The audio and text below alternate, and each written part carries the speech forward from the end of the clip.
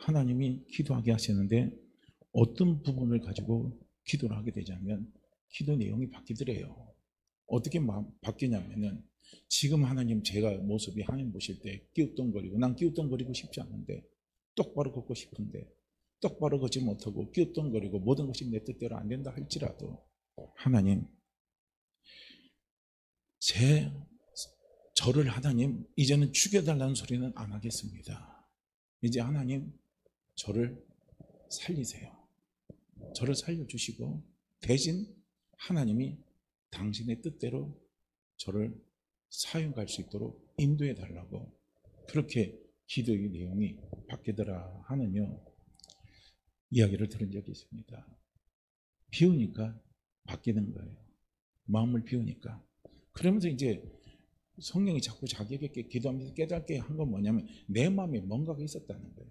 내 마음에 그건 뭐냐, 그게 내 마음에 자기는 그걸 깨달지를 못했었대요. 내 마음에 무엇이 그렇게 했는지를.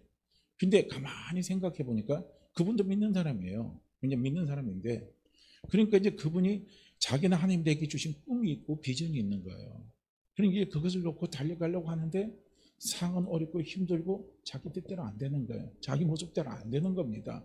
그러다 보니까 이제 자꾸 상황이 그렇게 되다 보니까 원망하고 불평하고 그리고 또 안 되면 서로 또 비교평가를 합니다. 비교평가를 하는 거예요. 저 사람은 저런데 나는 왜 이래? 이런 식으로 비교를 하다 보니까 마음에 안식도 없고 욕구불만이 자꾸 생기고 힘이 들더라는 거예요. 그런데 기도하는 가운데서 성령이 딱 깨닫게 오면 그 근원이 뭔가를 딱 보게 하시더라는 거예요. 그 근원이 결국은 뭐냐면 나는 하나님의 꿈을 이루기 위해서 하나님의 비전을 이루기 위해서 나는 그렇게 한다고 했는데 그런데 결국 가서 그 가운데로 딱 들어가 보니까 주인이 누구냐 이거예요. 주인이 누구더라냐 이겁니다. 주인이 나더라는 거예요. 하나님이 아니고 내가 주인이 되더라는 거예요. 내가 주인이 되니까 그 모습이 생기는 거예요. 우리가 신앙적으로 볼 때는요, 꿈, 비전이라는 것은 하나님이 우리에게 주신 것을 말하는 거예요. 그러면 꿈, 비전이라는 것은 뭐냐? 하나님이 우리에게 주신 것이기 때문에 꿈과 비전이라는 것은 하나님이 이루어 가시는 거예요. 내가 이루어 가는 게 절대 아닙니다. 그런데 그분이 거기서 깨달았다는 거예요. 뭘 깨달았냐면 나는 꿈과 비전을 위해서 달려간다고 열심히 달려갔다고 본인은 생각을 한 거예요. 그런데 그것이 자기 뜻대로 안 되는 거예요. 상황이 자꾸 어렵고 힘이 들어 버리는 거예요. 그거하고 자기하고는 점점 멀어져가는 모습을 자기가 바라본 거예요. 그러다 보니까 조급증도 생기고 그러다 보니까 자결도 찾아오고 그러다 보니까 원망도 하고 그러다 보니까 하나님 앞에 죽여달라는 소리도 하고 이런 모든 것들이 가만히 나중에 들어보니까 그 안에 주인이 누구냐? 내가 주인이 돼 있더라는 거예요. 하나님이 주인이 돼야 되는데 내가 주인이 돼 있더라는 거예요.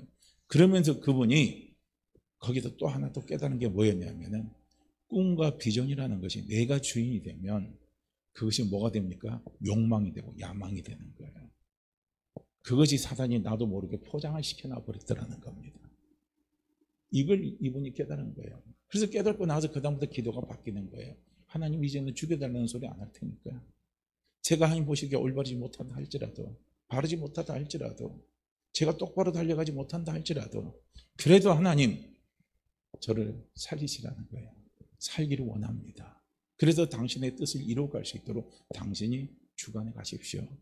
당신이 이끌어 주십시오 하고요. 그렇게 자기의 기도가 바뀌더라는 겁니다. 이게 중요한 거예요. 우리가 어리고 힘들 때일수록요. 자꾸 내가 주인이 되고 주인이 되면요. 결국은 그것은요. 내 욕심의 포로가 될 수가 있어요. 우리가 좀 좋은 말로 포장한다면 야망의 포로가 될 수가 있고요. 그걸 우리가 더 좋은 말로 포장해서 말을 하면 그게 뭡니까? 꿈과 비전이라는 것에 우리는 포로가 될 수가 있습니다. 그게 아니에요. 하나님은 우리에게 포로된 삶을 살기를 원하지 않아요. 하나님은 우리에게 어떤 삶을 살기를 원하냐면 자유인의 삶을 살기를 원합니다. 자유인의 삶을 살기를 원하는 것. 힘들어도 자유할 수 있는 것. 어려워도 자유할 수 있는 것. 내 뜻대로 안 돼도 자유할 수 있는 것. 그 자유의 삶을요. 하나님은 우리에게 원합니다. 그런데 진정한 우리 인생의 자유함, 진정한 우리 신앙의 자유함은 어디서 오냐면 내가 주인이 되면 그 자유함이 안 와요. 근데 누가 주인이 되면 그 자유 뭐냐면 하나님이 주인이 되면 자유함이 오게 되어 있습니다. 저도 삶을 살다 보니까 그게 실제로 고백이 돼요. 그게 실제예요. 실제입니다. 뭐 신앙을 모르는 사람들이 볼 때는요, 우리가 얽매여서 가는 것 같지만 그건 절대 얽매임이 아니더라고요. 얽매임이 아니라 그것은 자유더라고요. 자유가 되는 거예요. 그러니까 우리가요, 욕심, 탐심의 반대말은 뭐가 될 수 있어요? 그게 비우는 거예요. 비우는 겁니다. 비운다는 건 뭡니까? 맡긴다는 거예요. 또 비운다는 것은 무엇을 의미하냐면요, 의지한다는 거예요. 그리고 이 두 개 합쳐서 말한다면요, 의지하고 맡겨버리는 거예요. 누구한테 의지하고 맡겨버립니까? 하나님 아버지께 의지하고 맡겨버리는 거예요. 하나님 아버지께 의지하고 맡기는 거예요. 그럼 얼마나 가볍습니까? 얼마나 자유합니까? 그러니까 옛날에 저도 그런 소리 많이 했잖아요. 애들끼리 이야기하는 소리. 7살짜리인가 8살짜리가 그러는 거예요. 저기 채은이 말은 난이 말할 때, 야, 그때가 좋을 때다. 또 그러고 나니까 또 중학생 되는 애가 걔들 보고, 야, 네 때가 좋을 때다. 그러니까 고등학생이 또 그 말 한다고 그러잖아요. 네 때가 좋을 때다. 봐요. 인생이 점점 인생의 세월이 가면 갈수록 제일 어린 나이 뭡니까? 엄마한테 붙잡히는 거예요. 사실은요. 엄마한테 자기 모든 거, 부모님한테 자기 모든 거 다 맡기고 가는 거잖아요. 그런데 점점 아이들이 사람이 커가면서 머리가 커질수록요, 자의지가 있으니까 자꾸 독립되게 하려고 하고 자꾸 엄마 아빠 품에서 떠나려고 하잖아요. 그러니까 떠나려고 할수록 자기에게 무엇이 찾아왔냐면 책임감이라는 짐이 찾아오는 거죠. 내 인생에 대한 책임감, 나 자신에 대한 책임감, 이런 것들이 자꾸 찾아오니까 그게 힘이 들고 어려운 거예요. 그게 우리를 묶어버리는 겁니다. 그런데 맡기고 내놓으면 편해요. 그러니까 어린 시절에 다 부모님께 맡기는 삶을 가게 되면요, 자기는 크게 걱정할 거 하나도 없습니다. 염려할 게 없는 거예요. 오늘 우리도 마찬가지인 거예요. 내 인생에 내가 주인이 돼서 달려가려고 하면요, 힘이 들고 어려워요. 그런데 어떻게 합니까? 내 인생에 내가 주인이 되지 않고 내 자신의 한계를 알고 내 자신의 본분을 알고 내 자신의 분명한요, 내 역할을 내가 확실히 안다 그런다면요, 우리는 거기에서요, 하나님 앞에 맡겨버리는 삶을 살면은요, 우리는 세상 없어도 편합니다. 어렵고 힘들어도요, 자유가 있어요. 어렵고 힘들어도 우리는 감사하며 찬양하면서 얼마든지 갈 수가 있어요. 못 맡기니까 안 되는 거예요. 원망이 나오고 불평이 나오고 짜증이 나오고 이렇게 되는 거예요. 못 맡기는 이유가 어디 있습니까? 우리가 그 그늘을 들어가서 딱 타져보면요, 뭐가 있어요? 욕심이라는 게 자리 잡아요. 탐심이라는 게 자리 잡습니다. 이것이 자리를 잡고 있는 거예요. 이것이 자리를 잡으니까 뭡니까? 볼 것을 못 보는 거예요. 볼 것을 못 봐요. 그러니까 우리가 우상 숭배다라고 말했을 때요, 우상이라는 것은 우리에게 어떤 역할을 하냐면요, 우상은 우리에게 어떤 역할을 하냐면요, 볼 것을 보지 못하게 만드는 게 우상이에요. 예수 믿는 우리는요, 볼 것을 바라봐야 돼요. 우리가 바라봐야 할 것은 누구를 바라봐야 됩니까? 날마다 우리 눈에 누가 보여야 됩니까? 매일매일 숨 쉴 때마다 우리 눈에 누가 보여야 됩니까? 무엇이 우리 눈에 보여야 됩니까? 아침에 숨 쉬고 일어나도 우리 눈에 보이는 것은요, 어렵고 힘든 현실밖에 눈에 보이지 않으면요, 나는 질려버려요. 내가 아침에 자고 일어나서 내 욕심대로 내 뜻대로 되지 않는 그 현실을 바라볼 때는요, 우리는 질려버려요. 그런데 우리가 바라봐야 할 것들을 똑바로 바라보게 되는 눈이 열리게 되면은요, 우리는 자유가 오는 거예요. 자유를 선포할 수 있는 겁니다. 예수 믿는 우리는 날마다 숨쉬는 순간마다 우리 눈에 보여야 될 것이 무엇이 보여야 됩니까? 우리 주 예수 그리스도가 보여야 되고요, 우리 하나님 아버지가 보여야 되는 거예요. 주 여호와 하나님 아버지가, 우리가 깨고 일어나도 그분이 보여야 되고요, 잠잘 때도 사실은 그분이 보여야 되고, 꿈속에도 그분이 보여야 되면 얼마나 좋습니까? 우리 기도 속에, 우리의 삶 속에, 우리의 꿈 속에 항상 우리 눈에 보이는 것이 우리 주 예수 그리스도, 우리 주 여호와 하나님 아버지, 그분만 보이면 우리는요, 세상에 그 어떤 것이 있다 할지라도 우리는 다 이겨나갈 수가 있습니다. 그런데 문제는 뭐냐면, 우상이라는 것은 볼 것을 보지 못하게 만들어버리는 거예요. 이게 우상입니다. 그래서 우리는 우상이라고 생각할 때 뭐 다른 종교를 믿는 거 그거 다 우상이죠. 맞죠? 우상이에요. 그리고요 또 우상은 뭡니까? 우리가 뭐 또 어떤 뭐 사물을 갖다 놓고 그걸 갖고 그걸 신이라고 믿고 섬겨 나가면 그거는 우상이고, 그 다음에 뭐 호랑이나 뭐 곰 같은 걸 숭배하면 그것도 우상 숭배라 그래요.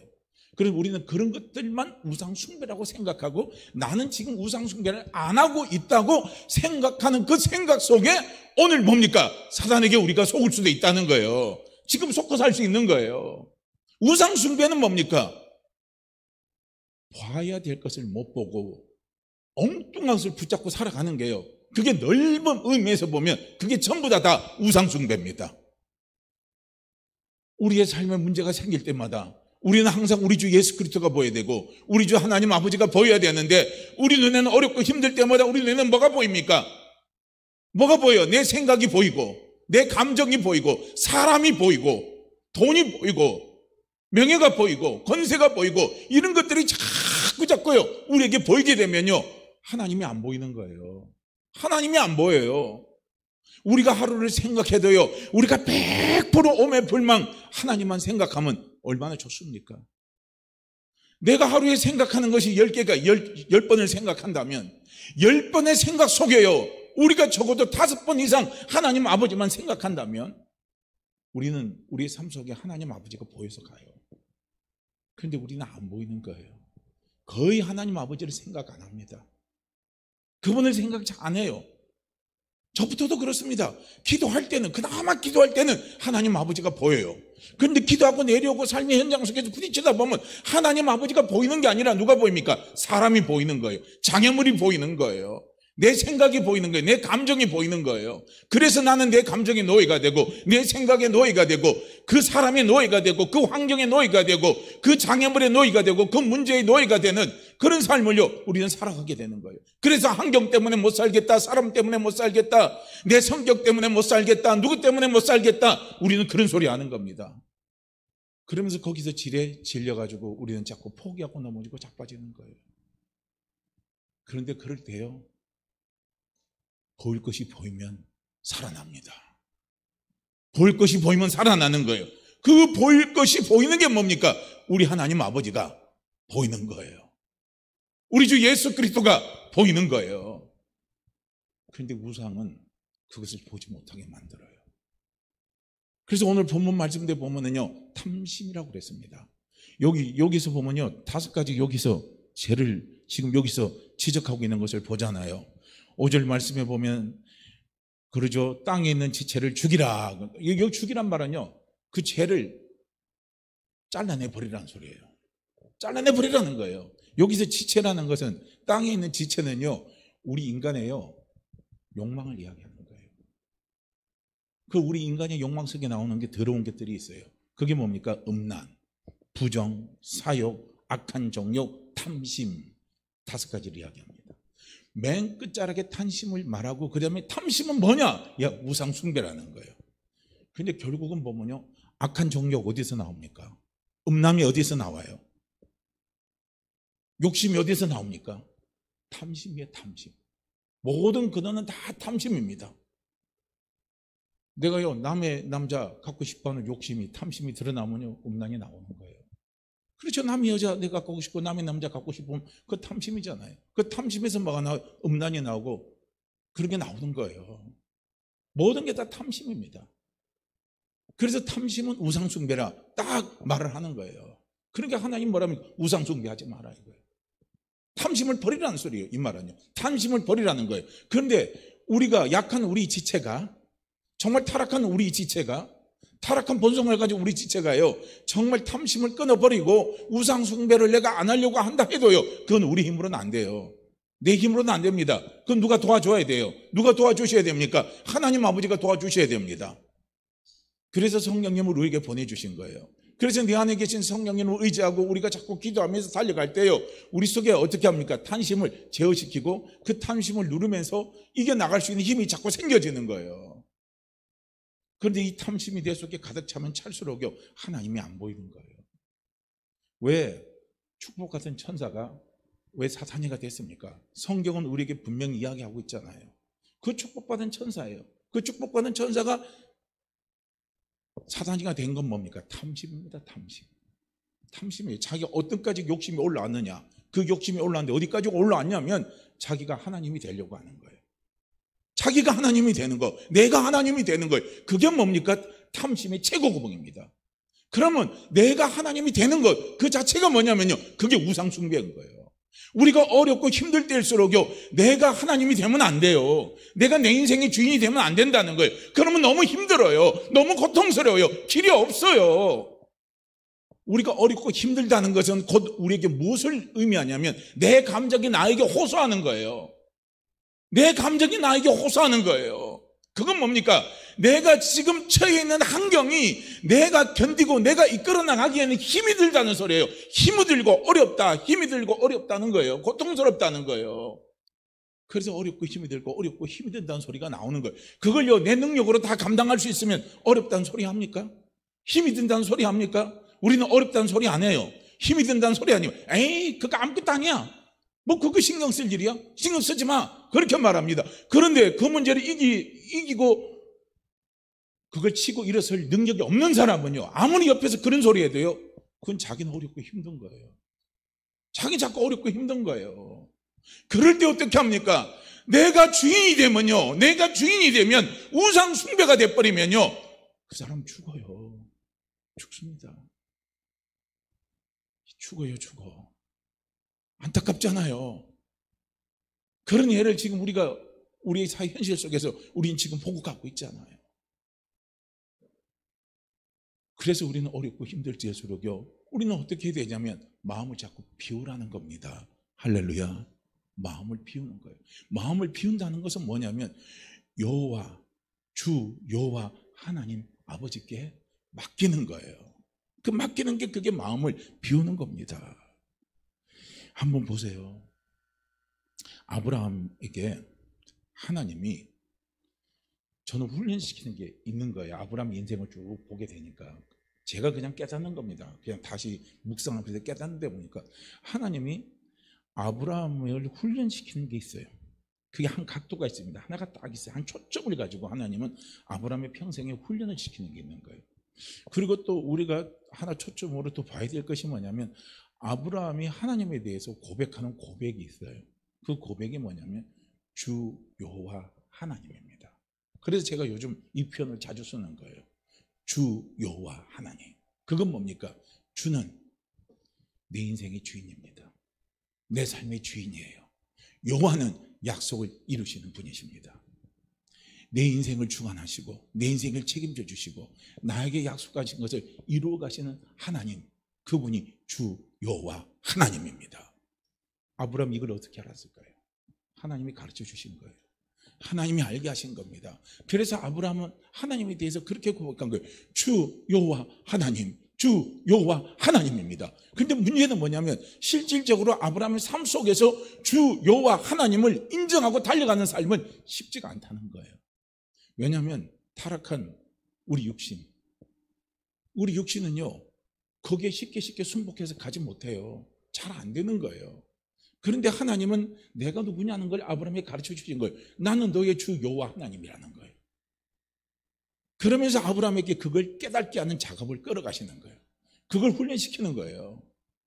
그래서 나중에 아브라함이 고백하는 고백이 어떤 고백이 나옵니까? 로마서 4장에서 우리가 다 알다시피 아브라함이 고백하는 하나님은 어떤 하나님이야? 하나님은 없는 것도 있는 것 같이 부르시는 그 하나님이에요. 그 하나님은 어떤 하나님이냐? 당신이 약속하신 것을 능히 이루시는 하나님이시라는 겁니다. 나에게 약속하신 것을 능히 이루시는 하나님, 얼마든지 이루시는 하나님, 그 하나님은 지금 내 눈에 없는 것처럼 보인다 할지라도 있는 것처럼 부르시는 하나님이 주 여호와 하나님이시라는 겁니다. 이걸요, 아브라함에게 나중에 뭡니까? 믿음으로 구구절절히 고백하고 맡기게 하는 게, 그게 하나님이 아브라함을 이끌어가는 방법이었습니다. 이걸 우리는 볼 수 있어야 되는 거예요. 아브라함은 숱한 어려움 속에서요, 그걸 하나하나 깨달아가는 거예요. 그걸 하나하나 알아가는 겁니다. 아브라함 삶 속에 아브라함이요, 얼마나 신앙적인 여정 속에서 우리가 보게 되면 하나님 앞에 전적으로 맡기는 삶이 안 된 것을 볼 수가 있어요. 약속은 받았잖아요. 약속은 받았어요. 주 여호와 하나님이 뭡니까? 약속을 능히 이루시는 하나님입니다. 내 인생을 책임져 주시고 약속을 능히 이루시는 하나님이 주 여호와 하나님입니다. 그렇게 고백하면서도요, 아브라함은 뭡니까? 정말로 자기가 볼 때는 어렵고 힘들고 납득이 안 되는 그 상황의 현실에 부딪힐 때는 어떻게 합니까? 아브라함은 사라의 말을 들어버리잖아요. 그래서 하갈을 취하잖아요. 그건 인간적인 방법이에요. 세상의 풍습입니다. 세상의 가치관이에요. 그때의 풍속과 그때의 세상적인요, 그들의 간섭법은 뭐냐면요, 자기 종을 자기 남편한테 잠자리를 갖게 해서 그 자리에서 태어난 아들은 뭡니까? 내 아들로 인정해 준다는 거예요. 그건 사람의 가치입니다. 이건 세상의 가치예요. 이건 사람의 법입니다. 그래서 사람의 법대로 해보니까 어떻게 합니까? 가정에 평안이 있어요, 없어요? 가정에 평안이 없는 거예요. 가정에 더 힘든 게 찾아오는 거예요. 더 어려운 게 찾아오는 거예요. 자기가 의도하지 않는 어려움이 찾아오는 겁니다. 그럴 때 하나님이 아브라함에게 나타나서 또 말씀하시는 거예요. 주 여호와 하나님을 가르쳐 주는 거예요. 나는 내게 약속한 것을 반드시 이루는 하나님이다. 너와 사라 사이에 아들을 주겠다 이거예요. 그건 네 아들이 아니라 이거예요. 그건 네 아들이 아니다. 너와 사라 사이에 아들을 준다. 이건 누굽니까? 이건 하나님의 약속입니다. 거기서 아브라함이 또 깨닫는 거예요. 거기서 깨닫는 겁니다. 하나님은 아브라함이 생각할 때 자기 방식대로 풀어나가지 못하는 어렵고 힘든 환경과 문제가 처해 있을 때마다 아브라함은 거기서 실수를 해요. 아브라함은 분명히 실수를 해서 그 어려움이 또 겹치는 거예요. 그런데 그럴 때마다 하나님은 아브라함에게 각인시켜주는 게 있어요. 각인시켜주는 게 있습니다. 똑같이 한결같이 각인시켜주시는 게 있어요. 그게 뭐냐면 주 여호와 하나님 아버지, 그걸 가르쳐주는 거예요. 나는 내게 약속한 것을 나는 이루는 하나님이다 이거예요. 너와 내 사이에는 분명한 약속은 살아있다. 그 약속은 유효하다 이거예요. 그 약속은 끝나지 않았다는 거예요. 그 약속의 지극히 끝이 어디서 나옵니까? 아브라함이 나이 100세 때 아브라함에게 말하잖아요. 사라도 아이 낳을 수 없는 상태고 자기도 생기적으로는 기능이 다 끝난 거예요. 그런 상황에서 완전히 절망의 끝자락이잖아요. 아무 소망이 없는 거예요. 그 상황에서 하나님은 아브라함에게 무엇을 이야기합니까? 너와 나 사이의 약속은 아직까지는 유효하다 이거예요. 아직까지는 유효하다 이거예요. 그 유효하다는 표현을 하나님은 뭡니까? 내년 이맘때에 너와 사라 사이에 아들을 낳으리니 그 아들의 이름을 이삭이라 하라 하고 하나님이 말씀하신 겁니다. 약속의 유효성을 얘기하는 거예요. 약속의 유효성을 얘기하는 거예요. 하나님 아버지가 어떤 분이십니까? 하나님 아버지는요, 능치 못하심이 없는 분입니다. 능치 못하시는 게 없는 분이에요. 하나님의 말씀은 능치 못하심이 없습니다.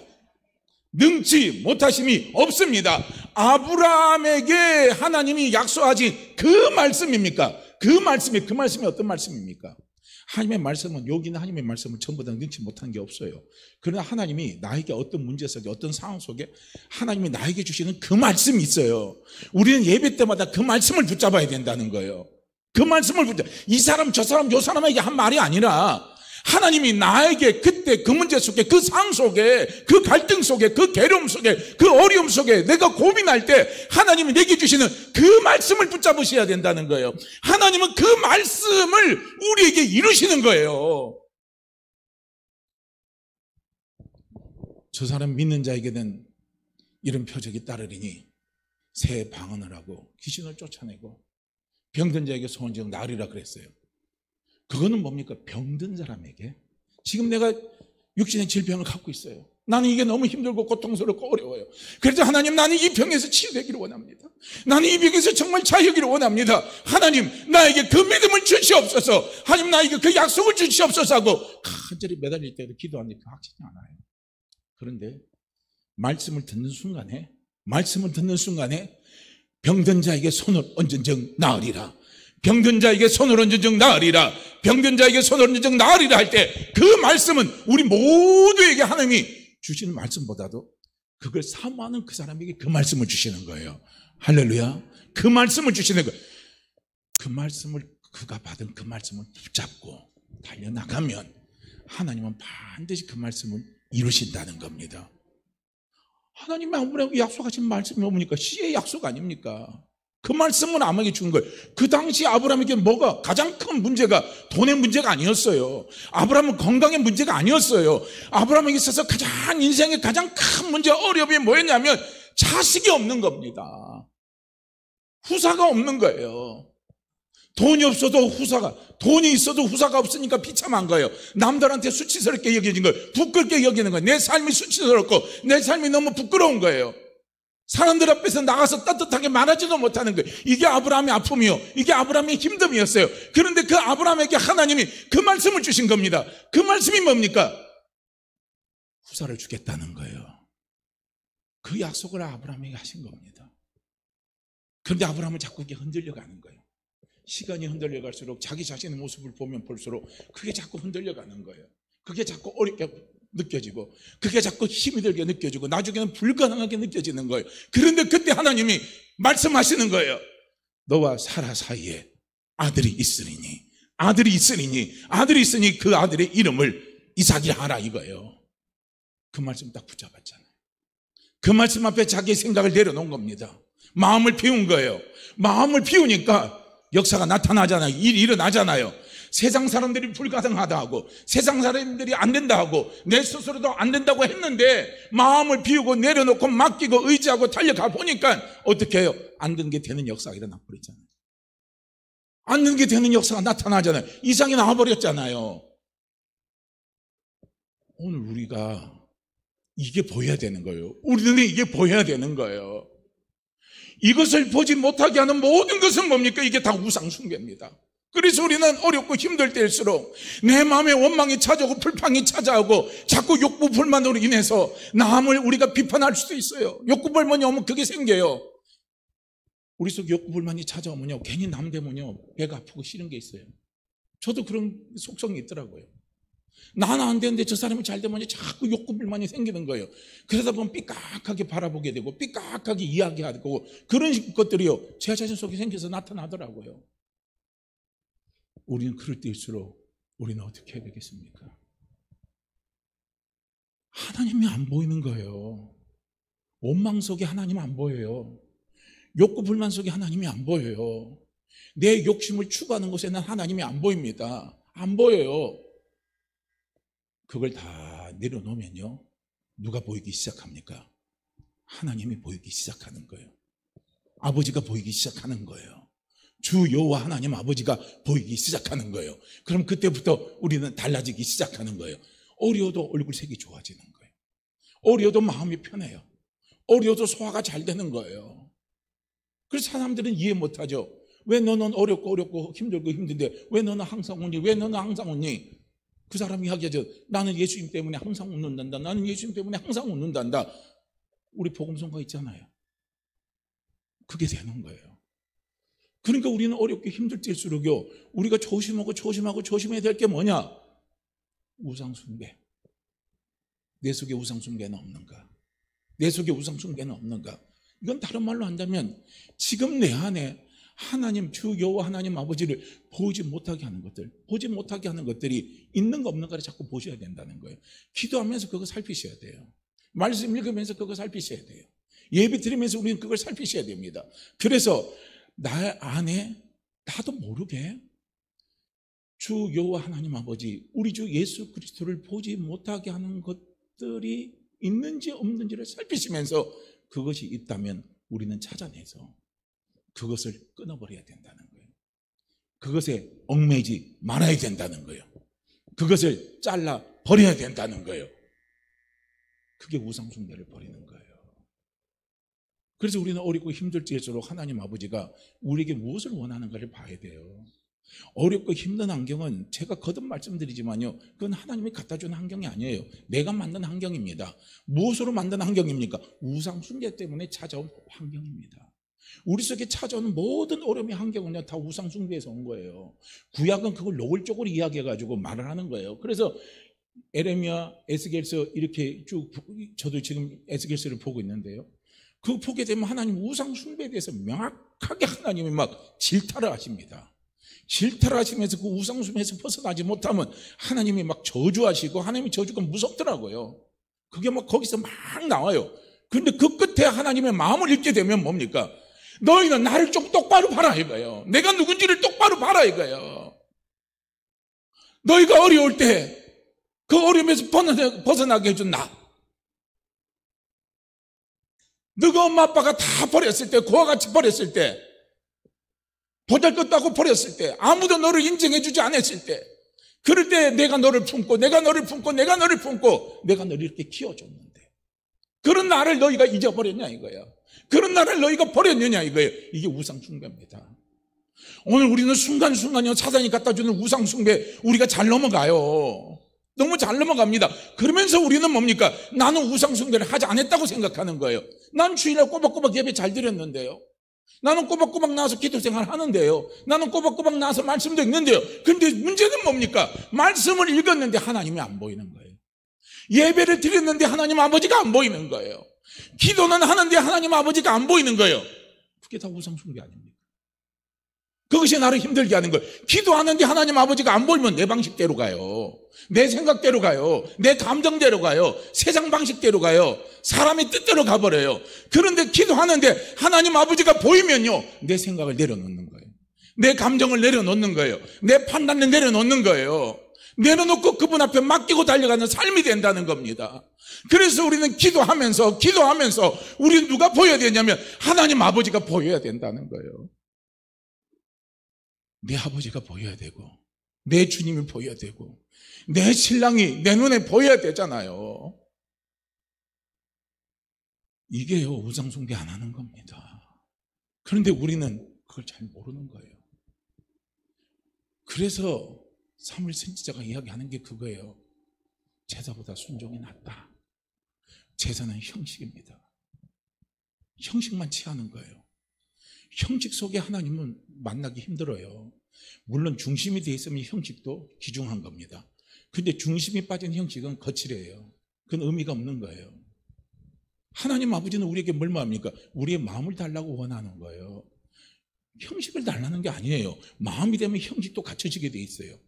마음 없는 형식은요, 껍데기예요. 별 의미가 없어요. 하나님은 그걸 아시잖아요. 그래서 하나님은 에스겔 선지자를 통해서, 에레미야 선지자를 통해서 하나님이 계속 이스라엘 백성들에게 보내는 메시지가 뭐냐면, 너희가 눈을 열어 나를 좀 봐. 그게 돼야 된다는 거예요. 그게 안 되는 예배는요, 우리는 형식의 예배일 수 있어요. 그게 안 되는 기도는 어떻게 보면은요, 형식의 기도일 수도 있습니다. 우리 기도 속에 간절함이 있어야 돼요. 그 간절함의 가장 간절함의 중심의 기도가 뭐냐면, 주여 보여주시옵소서. 항상 주님이 보이게 하옵소서. 항상 하나님 아버지가 보이게 하옵소서. 내 눈을 들어 아침에 자고 일어나는 하나님 아버지가 보이게 하시고, 꿈속이라도 하나님 아버지가 보일 수 있도록 도와주시옵소서. 도와주시옵소서. 왜 나는 아침에 일어날 때 하나님 아버지가 보이지 않고, 왜 나는 아침에 일어날 때 하나님 자꾸 문제만 보입니까? 제발 하나님 아버지가 보이게 해주시옵소서. 하나님 아버지가 보이게 해주시옵소서. 아버지가 보여서 아버지 때문에 모든 어려움과 힘든 것들을 다 이겨나갈 수 있도록 하나님 좀 도와주십시오 하고요, 우리가 하나님 앞에 자꾸 어려울 때일수록요, 이런 중심을 가지고 하나님 앞에 기도할 수 있는 은혜가 있어야 됩니다. 하박국 선지자의 고백을 저는 같이 한번요 살피면서 오늘 말씀을 그냥 정리합니다. 하박국 선지자가 처해 있는 환경이에요. 하박국 선지자는 어떤 환경에 처해 있느냐? 하박국 3장 17절 말씀입니다. 여기에 뭐라고 하박국 선지자가 고백을 하고 있습니까? 나는 이런 환경에 처해 있다 할지라도, 나는 이런 환경에 처해일지라도 내 눈에 보이는 것은 지금 누가 보인다? 주 여호와 하나님 아버지가 보입니다. 주 여호와 하나님 아버지가 보입니다. 그 소리예요. 그분이 보이기 때문에 나는 기뻐합니다. 나는 감사합니다 하고요, 하박국 선지자가 고백을 하는 겁니다. 우리 고백이, 지금 이 어려운 시대를 살아가는 우리 고백이 이런 고백으로 우리가 정말 영적으로 깨어있으면 좋겠습니다. 저도 그렇고 우리 성도님도 모두가요, 이런 고백으로 깨어서요, 우리가 정말 하나님 앞에 영광 돌리며 승리하는 삶을요 살아가기를 원합니다. 자, 우리 하박국 선지자 고백을 우리 한번 보자고요. 하박국 3장 17절 말씀이요, 우리 세 번만 읽고 우리 함께 같이 기도합니다. 하박국 3장 17절 말씀입니다. 자, 우리요 함께 읽을까요? 하박국 3장 17절입니다. 비록 무화과 나무가 무성하지 못하며 포도나무에 열매가 없으며 감람나무에 소출이 없으며 밭에 먹을 것이 없으며 우리의 양이 없으며 외양간에 소가 없을지라도 나는 여호와로 말미암아 즐거워하며 나의 구원의 하나님으로 말미암아 기뻐하리로다. 비록 무화과 나무가 무성하지 못하며 포도나무에 열매가 없으며 감람나무에 소출이 없으며 밭에 먹을 것이 없으며 우리의 양이 없으며 외양간에 소가 없을지라도 나는 여호와로 말미암아 즐거워하며 나의 구원의 하나님으로 말미암아 기뻐하리로다. 비록 무화과 나무가 무성하지 못하며 포도나무에 열매가 없으며 감람나무에 소출이 없으며 밭에 먹을 것이 없으며 우리의 양이 없으며 외양간에 소가 없을지라도 나는 여호와로 말미암아 즐거워하며 나의 구원의 하나님으로 말미암아 기뻐하리로다. 우리 한 번 더 읽습니다. 비록 무화과 나무가 무성하지 못하며 포도나무에 열매가 없으며 감람나무에 소출이 없으며 밭에 먹을 것이 없으며 우리의 양이 없으며 외양간에 소가 없을지라도 나는 여호와로 말미암아 즐거워하며 나의 구원의 하나님으로 말미암아 기뻐하리로다. 한 번만 더요. 비록 무화과 나무가 무성하지 못하며 포도나무에 열매가 없으며 감람나무에 소출이 없으며 밭에 먹을 것이 없으며 우리의 양이 없으며 외양간에 소가 없을지라도 나는 여호와로 말미암아 즐거워하며 나의 구원의 하나님으로 말미암아 기뻐하리로다. 아멘. 우리 함께 같이 기도합니다.